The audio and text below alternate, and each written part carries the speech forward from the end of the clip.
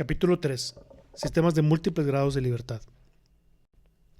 En este tema vamos a abordar ahora una forma de representar a los sistemas dinámicos que tienen más de una coordenada independiente que define la posición del mismo.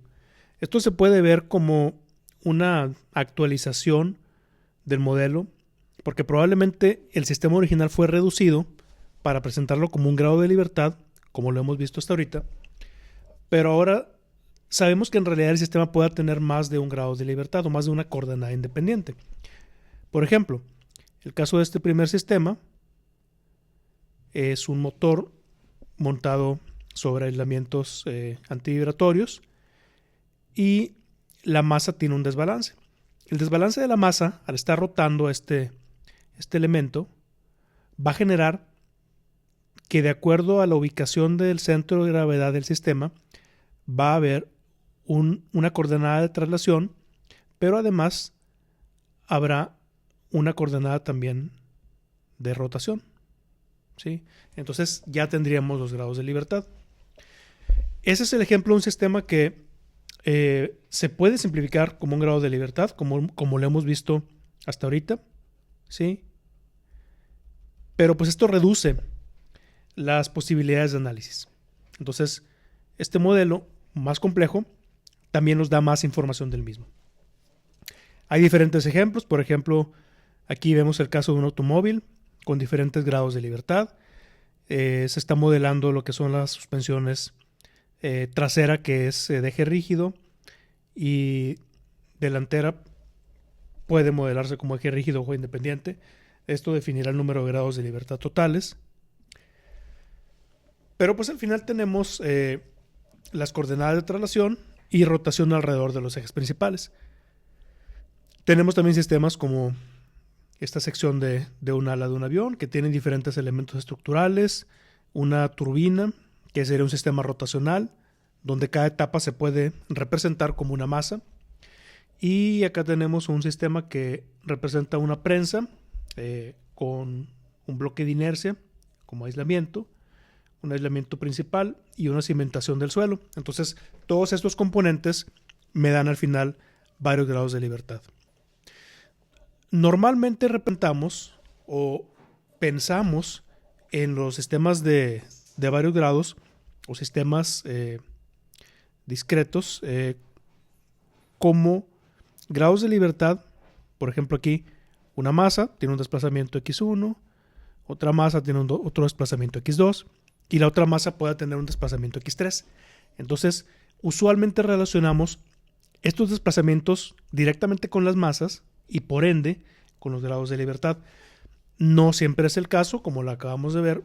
Un sistema que tenga combinación de rotación y traslación pues tendrá una sola masa pero 2 grados de libertad. Entonces, al final, ¿qué significa que un sistema tenga n grados de libertad? ¿Sí? Independientemente de si es un sistema con rotación, traslación o combinación de ambos, lo que significa esto es que tenemos n ecuaciones de movimiento, n frecuencias naturales, n resonancias y n modos de vibración. Hay que recordar que las definiciones que ya hemos visto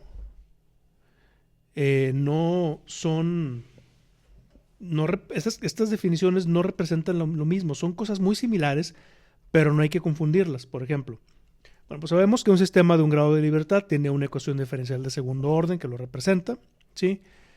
Y tendrá una frecuencia de oscilación libre, bajo el cual el sistema oscila sin la influencia de una fuerza, solamente cuando lo sacamos del equilibrio y empieza a oscilar libremente, y esa será su frecuencia natural. Ahora tendremos varias. ¿Cuántas? N, donde n es el número de grados de libertad. Tendremos n resonancias. Recordemos que la resonancia es un estado de vibración forzada cuando una fuerza externa, variable en frecuencia, es de la misma frecuencia que la frecuencia natural del sistema. Ahora, en este caso, como hay n frecuencias naturales, pues podremos tener n resonancias también, ¿sí? Es decir, de acuerdo a la frecuencia de la fuerza externa, podemos excitar diferentes resonancias. Y tendremos n modos de vibración. Los modos son los patrones de deformación que sigue el sistema a una resonancia en específico, es decir, representa cómo se mueve el sistema en frecuencias resonantes específicas, ¿sí? Entonces, pues básicamente n, grados de libertad, implica que ahora tendremos n de todas estas definiciones, ¿sí? El sistema originalmente está acoplado. Este ejemplo en particular se dice que está acoplado elásticamente debido, pues, a las conexiones elásticas que hay entre las masas, ¿sí? Otros tipos de sistemas tendrán otro acoplamiento distinto, pero los sistemas MK de este tipo se dice que están acoplados elásticamente. El objetivo de este curso, de este tema, es desacoplar el sistema original, ¿sí? ¿Cómo? Aplicando una transformación matemática que vamos a ver más adelante, para terminar con n sistemas de un grado de libertad, ¿sí? En vez de tener un sistema de n grados, tendré n sistemas de un grado. Este es el fundamento del análisis modal. ¿Cuál es el objetivo de esto? Esencialmente simplificar el sistema. Hay que recordar que estamos analizando sistemas lineales, entonces en sistemas lineales se aplica el principio de superposición. Yo aplico una entrada, tengo una respuesta, aplico una entrada distinta, tengo una respuesta distinta. Sin embargo, si aplico las dos entradas al mismo tiempo, la respuesta será igual a la suma de las respuestas independientes, ¿sí? Entonces aquí vamos a aplicar ese principio. Un poquito diferente porque lo que voy a hacer es descomponer el sistema en sistemas equivalentes, donde la contribución o respuesta de cada sistema, cuando sume todas esas respuestas, tendrá la respuesta del sistema original.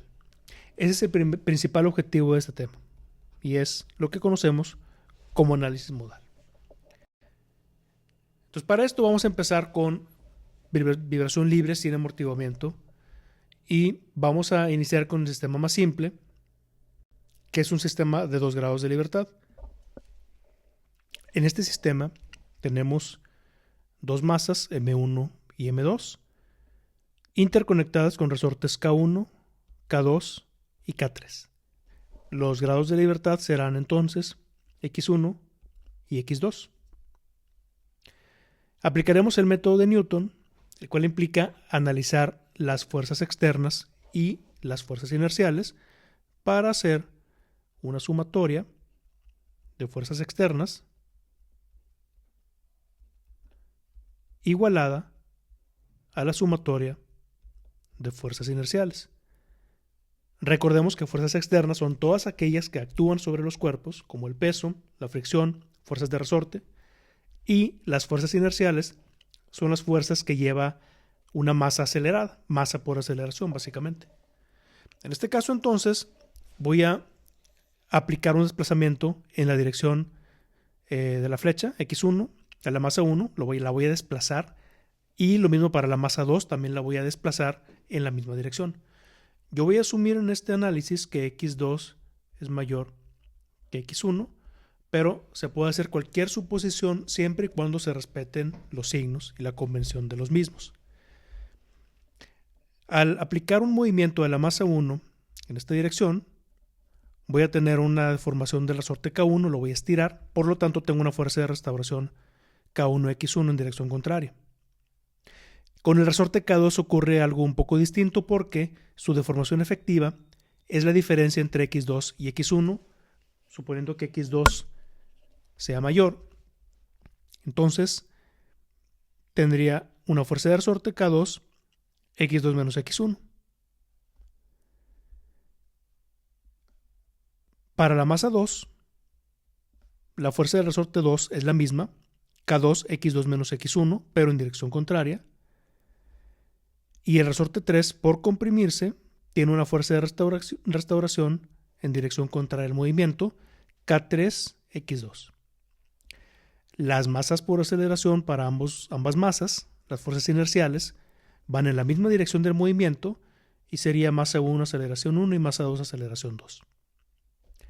Aplicando el método de Newton, sumatoria de fuerzas externas igual a sumatoria de fuerzas inerciales.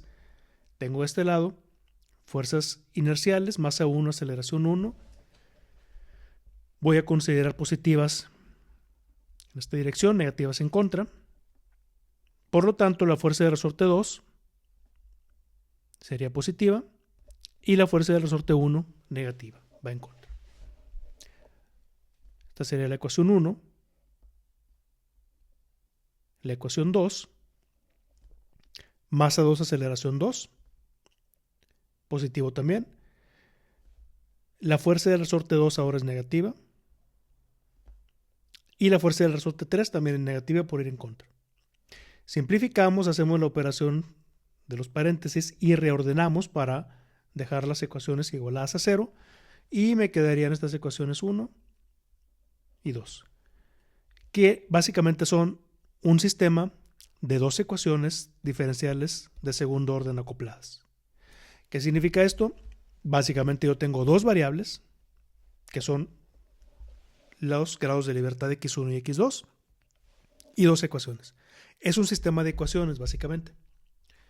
Como un sistema de ecuaciones algebraicas simultáneas, pero en este caso son diferenciales de segundo orden.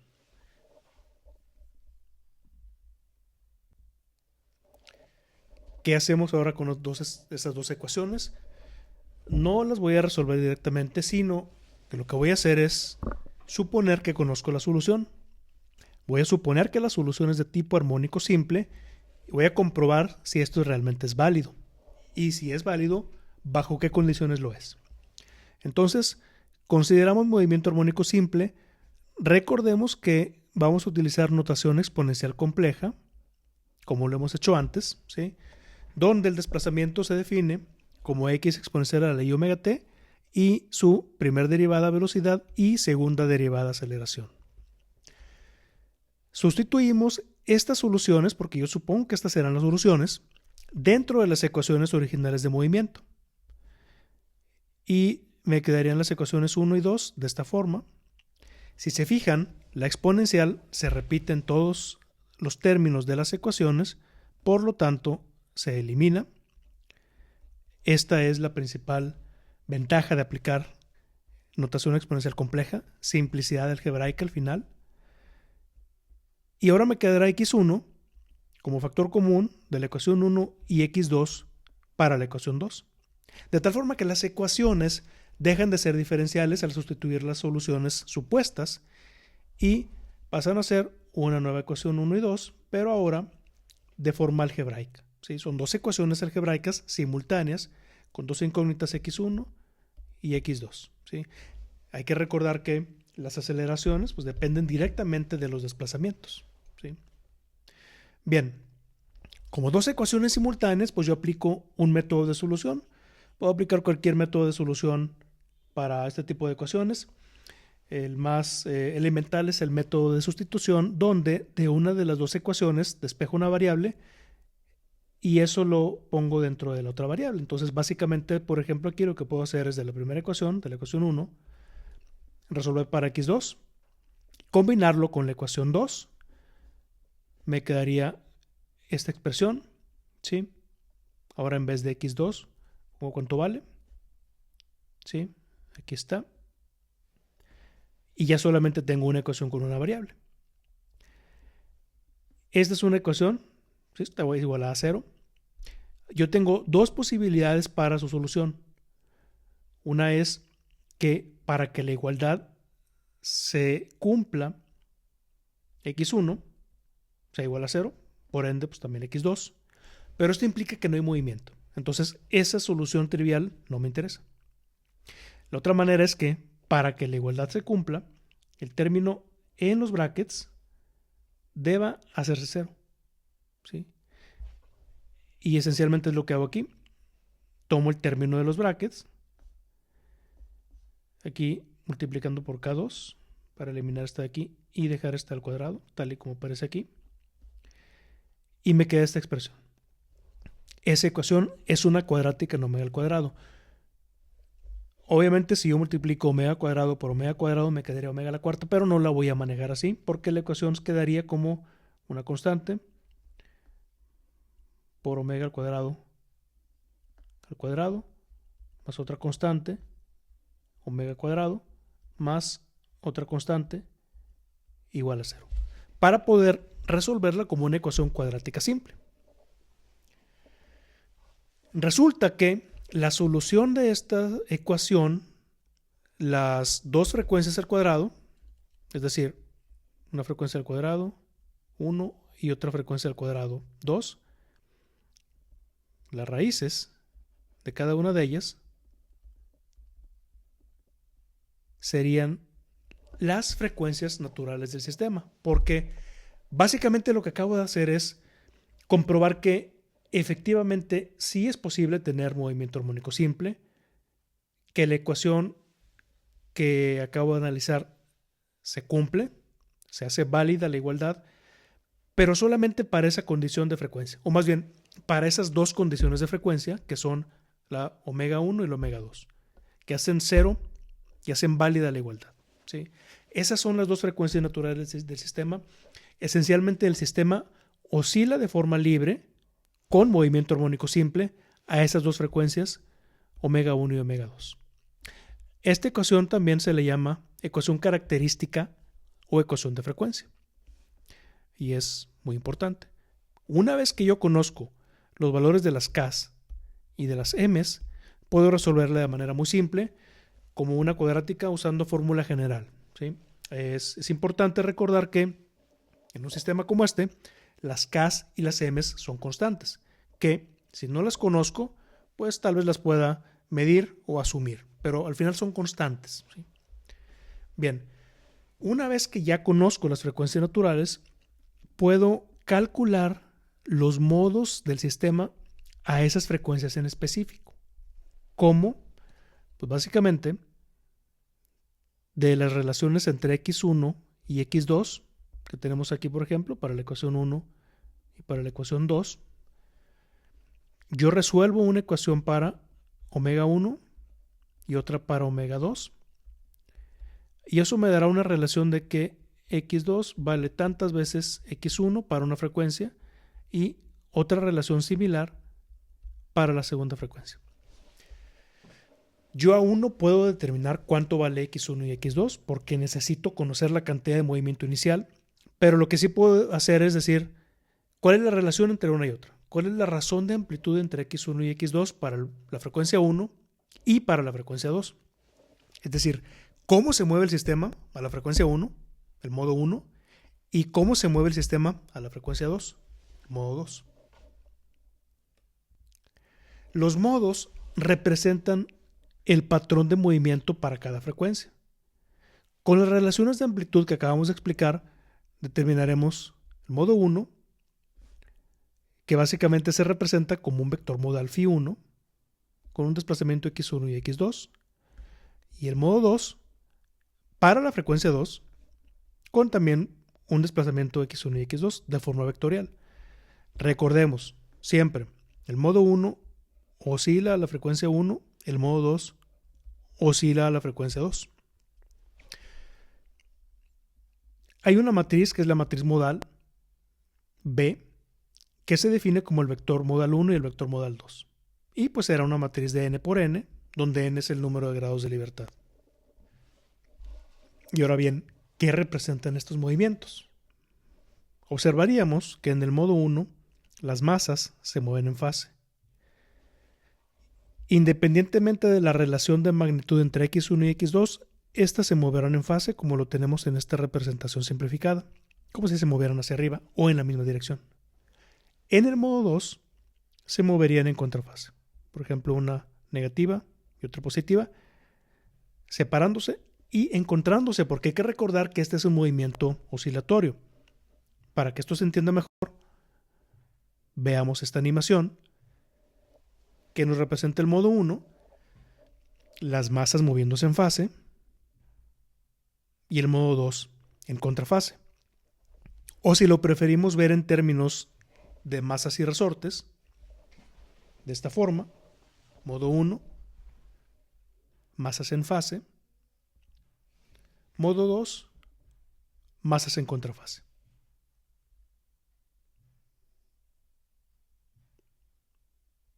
Este comportamiento se va a observar en sistemas más complejos, de más grados de libertad.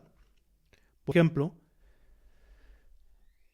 vamos a observar un ejemplo de 3 y 4 grados de libertad. Pero antes de eso vamos a ver una pequeña demostración experimental en la cual en el laboratorio, usando un shaker electrodinámico, masas y resortes, excitamos las frecuencias resonantes y observamos los modos de estos sistemas. Por ejemplo, aquí tenemos el shaker electrodinámico que está conectado a un amplificador y a un generador de función.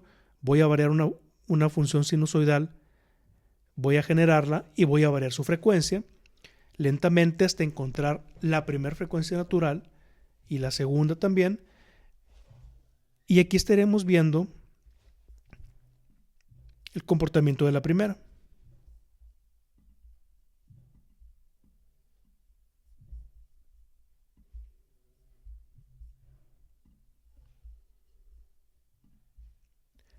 Ambas masas se mueven en fase.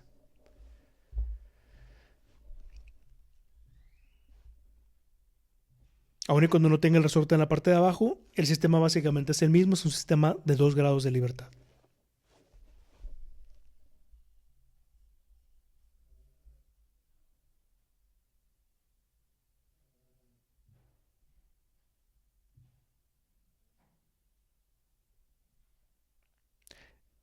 Si repetimos el experimento, pero ahora incrementando la frecuencia,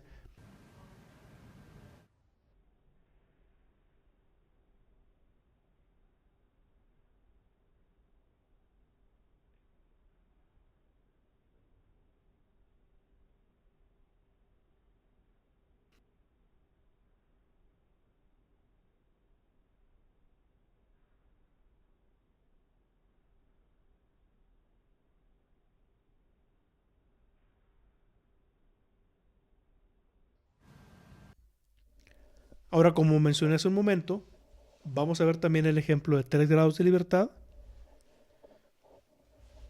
Aquí observamos el primer modo. Si se fijan, en realidad lo que estoy haciendo, viendo el sistema representado aquí como masas conectadas, como si fuera una cuerda, lo que estoy viendo es el primer modo con la misma forma que en el sistema de 2 grados, pero por así decirlo, con una mejor resolución o una construcción o reconstrucción del modo más suavizada, por así decirlo. La forma modal es la misma, simplemente al agregar más masas, el primer modo se va a reconstruir de una forma más cercana a la realidad. Acá tenemos la representación masas y resortes. Modo 2.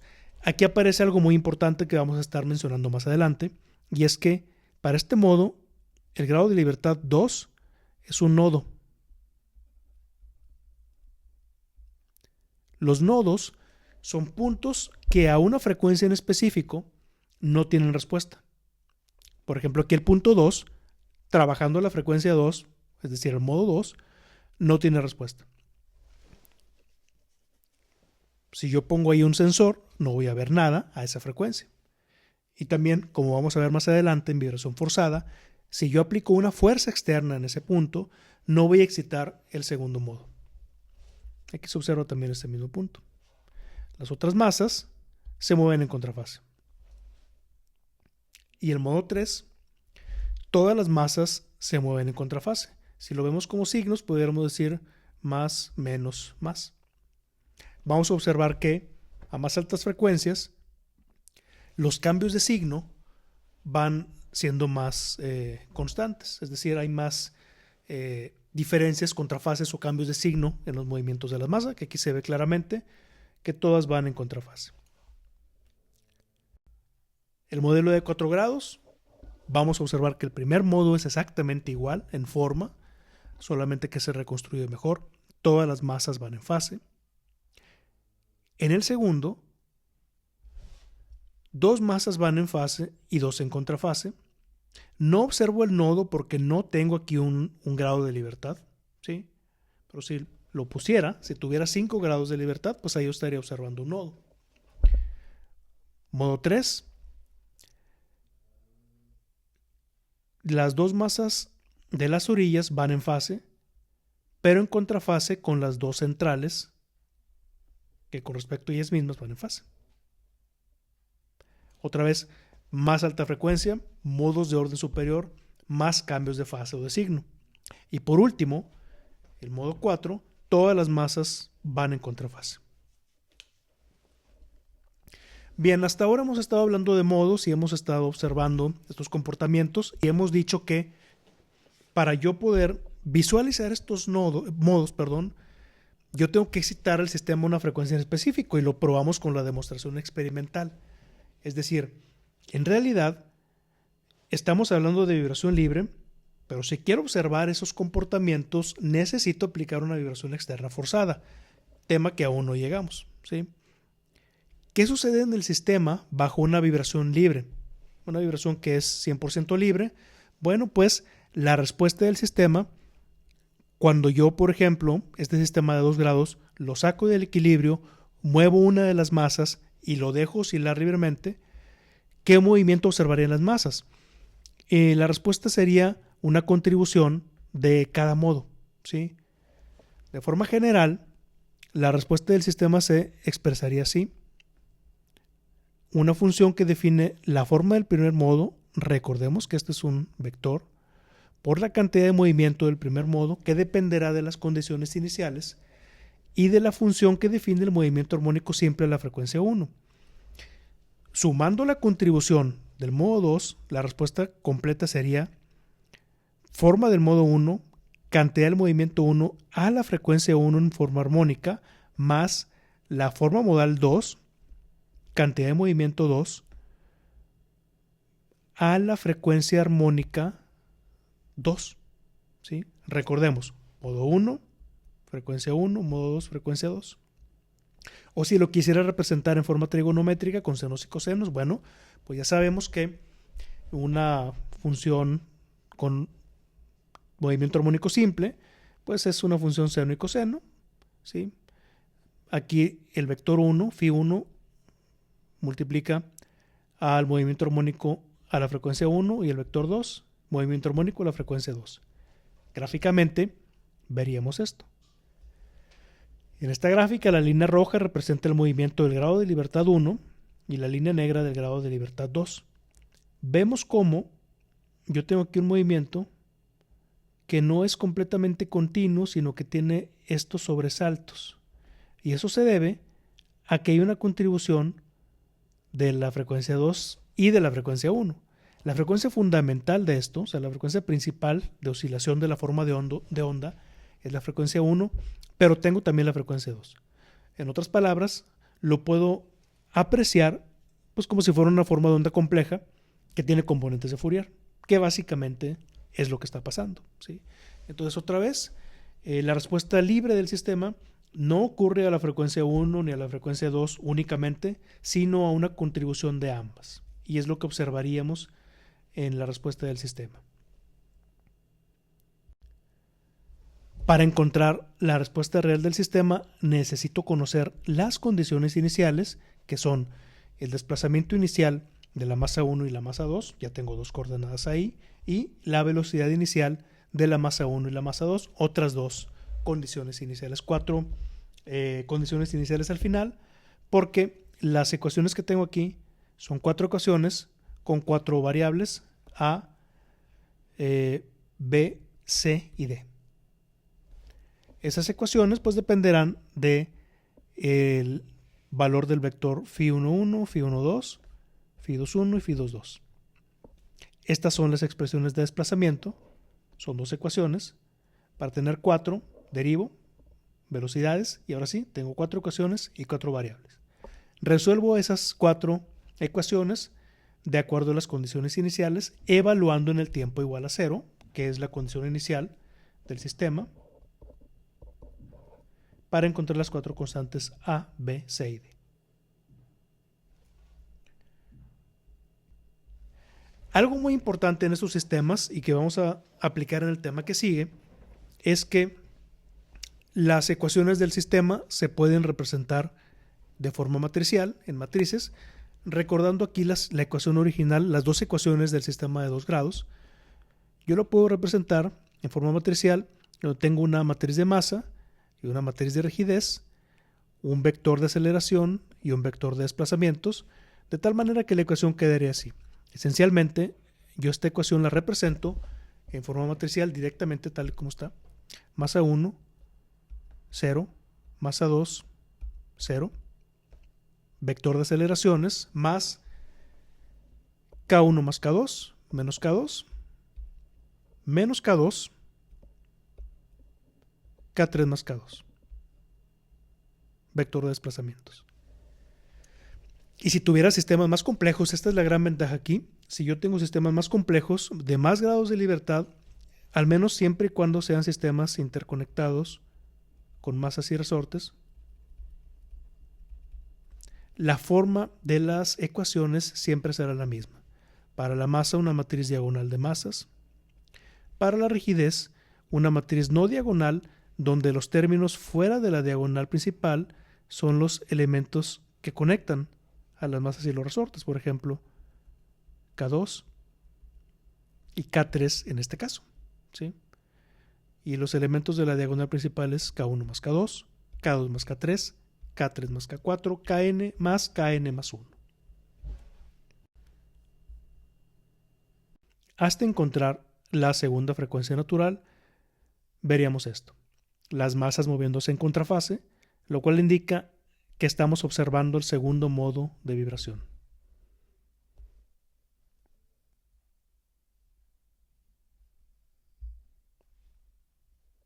Es un experimento muy fácil de hacer en el laboratorio.